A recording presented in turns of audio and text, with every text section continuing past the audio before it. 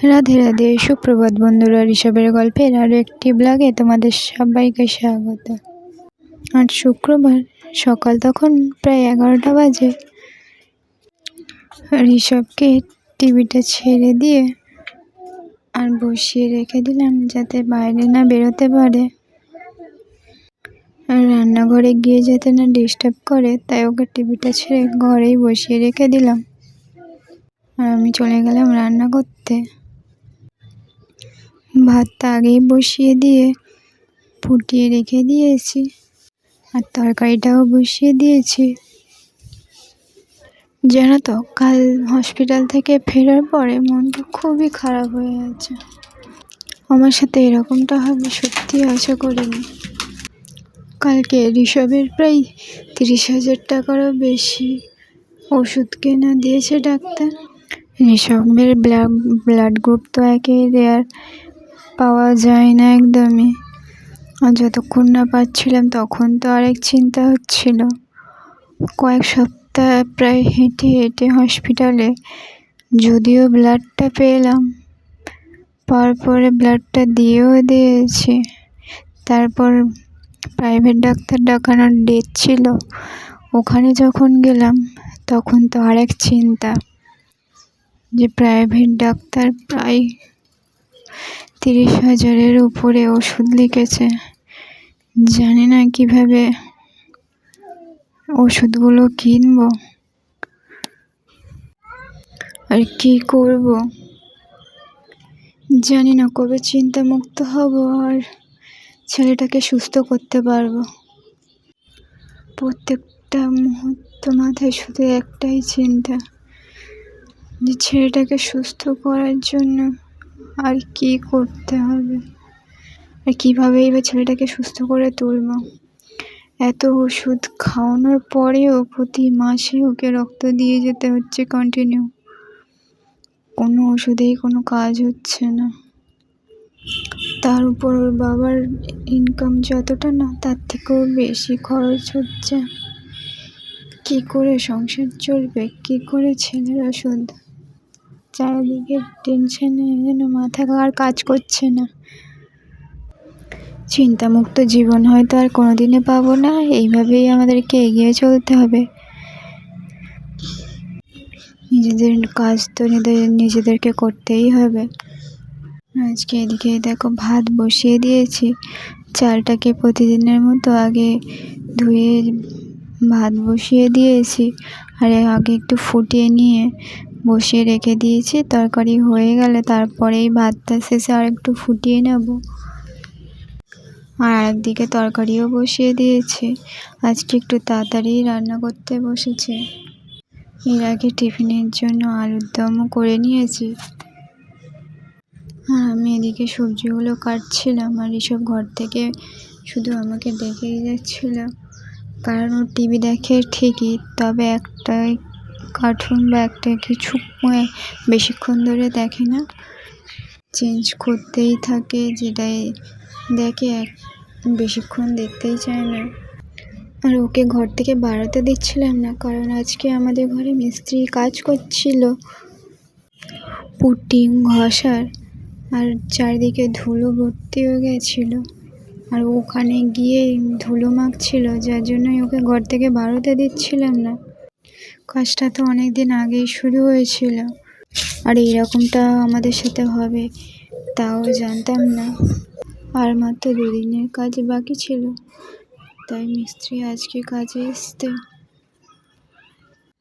কাজটা যতক্ষণ না কমপ্লিট হচ্ছে, একটা ঘরের মধ্যেই সব কিছু, আর ইঁদুর আরশোলার বাসা হয়ে যাচ্ছে, যার জন্য যত তাড়াতাড়ি সম্ভব কাজটাকেও শেষ করতে হবে। আর একটা ঘরের মধ্যে খুবই অসুবিধা হচ্ছে আজকে, তাই জন্যই সকালবেলা তাড়াতাড়ি রান্না বসিয়ে দিয়েছি। একা হাতে সংসারের সমস্ত কাজ সামলে ছেলেকে মানুষ করা অতটাও সহজ নয়। তার উপর প্রতিনিয়ত হসপিটালে যাওয়া, কখনো এই হসপিটাল, কখনো ওই হসপিটাল, কখনো এই ডাক্তার ওই ডাক্তার করতেই সময় চলে যায়। যাই হোক, আমার জীবন তো এইভাবেই চলে যাচ্ছে। তোমরা কেমন আছো বলো? আর আমার ভিডিও কে কোথা থেকে দেখছো জানাতে ভুলো না কিন্তু। আর যদি মনে হয় ঋষভকে একটু সাপোর্ট করা উচিত, অবশ্যই চ্যানেলটাকে সাবস্ক্রাইব করে পাশে থেকো, কারণ তোমাদের একটু সাহায্য ঋষভকে জীবনে এগিয়ে নিয়ে যেতে সাহায্য করবে। ঘরে তেমন একটা সবজি ছিল না, আর মিস্ত্রি হঠাৎ করে ওই কাজে এসছে, যার জন্য ওই যে বাবা ওই কিছু সবজি দিয়ে গেছিলো, ঢ্যাঁড়স ছিল, উচ্ছে আর একটু পেঁপে ছিল, ওইগুলো দিয়েই আজকে রান্না করব। আর এইদিকে দেখো মিস্ত্রি দাদা কাজ করছিল এখানে। পুট্টির 2 কোট প্রায় মারা হয়ে গিয়েছিল, আর আজকে ঘষে ফিনিশিং করছিল।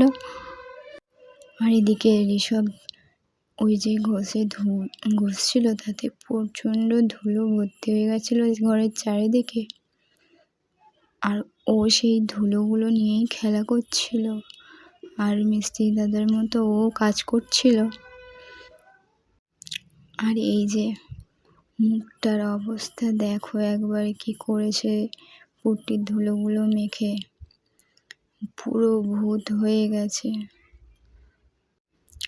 সারা দিন শুধু দুষ্টুমি করতেই থাকে।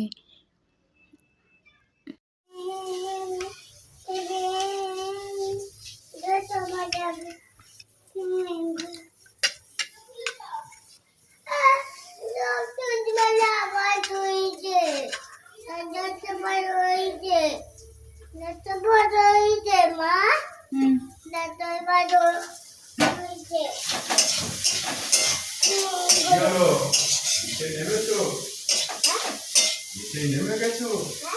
ধুলো ঘেটে কি করেছো?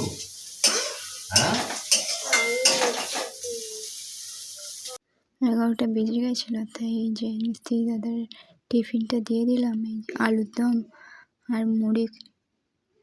আর ঋষভ তো এদিকে ভূত হয়েছিল, তাই ওকে কলে নিয়ে চলে গেছিলাম স্নান করাতে। টিফিনটা দিয়েই কলে চলে এসেছিলাম, আর ভালো করে ওকে স্নান করিয়ে নিয়ে চলে যাব। আর কিছু জলও ভরার আছে, ওগুলোও ভরে নেব। তারপর ওকে স্নান করিয়ে রেডি করে নিয়েছিলাম, আর আমিও একটু রেডি হয়ে নিয়েছিলাম। যাব বলতে একটু গ্যাস অফিসে যাব। আমাদের এই গ্যাসের সিলিন্ডারের এই যে রেগুলেটর আর পাইপটা প্রায় 7-8 বছর হয়ে গেছে, পাল্টানো হয়নি, আর রেগুলেটরটা খারাপও হয়ে গেছে। তাই আজকে গ্যাস অফিসে নিয়ে যাব ওটাকে। গ্যাসটাকে সার্ভিস করিয়েছি, আর গ্যাসের রেগুলেটর আর পাইপটাকে পাল্টাতে বলেছে। গ্যাস অফিসে নিয়ে গেলে ওটা পাল্টে দেবে, তাই যাচ্ছি গ্যাস অফিসে।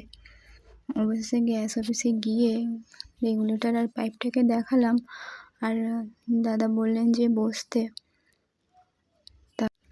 তারপরে বললেন যে গ্যাসের সার্টিফিকেট আনতে হবে, আর আমি তখন গ্যাসের সার্টিফিকেটটা নিয়ে যাইনি, তাই তখন আমাকে দেয়নি। তাই আবার বাড়িতে চলে গেছিলাম গ্যাসের সার্টিফিকেটটা আনতে। আর গ্যাসের সার্টিফিকেটটাও নিয়ে এসে আর ঋষভকে ঘুম পাড়িয়ে দিয়ে এসেছিলাম। দিয়ে আর গ্যাসের সার্টিফিকেটটা নিয়ে এসে এই যে গ্যাসের রেগুলেটর আর পাইপটা পাল্টে নেবো বলে এসেছি। এইদিকে দাদা রেগুলেটরটা চেক করে দিচ্ছিল যে ঠিক আছে কি না। আর এই যে বাড়িতে চলে এসে দেখি ঋষভ ঘুম থেকে উঠে পড়েছে। আর এই দেখো এই যে নতুন আর রেগুলেটরের পাইপটা দিয়েছে। আর আজকে এই যে রান্না করেছিলাম ভাত, উচ্ছে আলু ভাজা, আর পেঁপিয়া দিয়ে মাছের ঝোল, আর ঢ্যাঁড়স চচ্চড়ি। এত কিছু রান্না করি না, দুজনে খেলে। আজকে যেহেতু মিস্ত্রি দাদা খাবে, তাই এতগুলো রান্না করেছি। আর আমাদের ভিডিওটা কেমন লাগলো অবশ্যই কমেন্ট করে জানাতে ভুলবেন, আর ভালো লাগলে একটা লাইক করে দিয়ে যাবেন।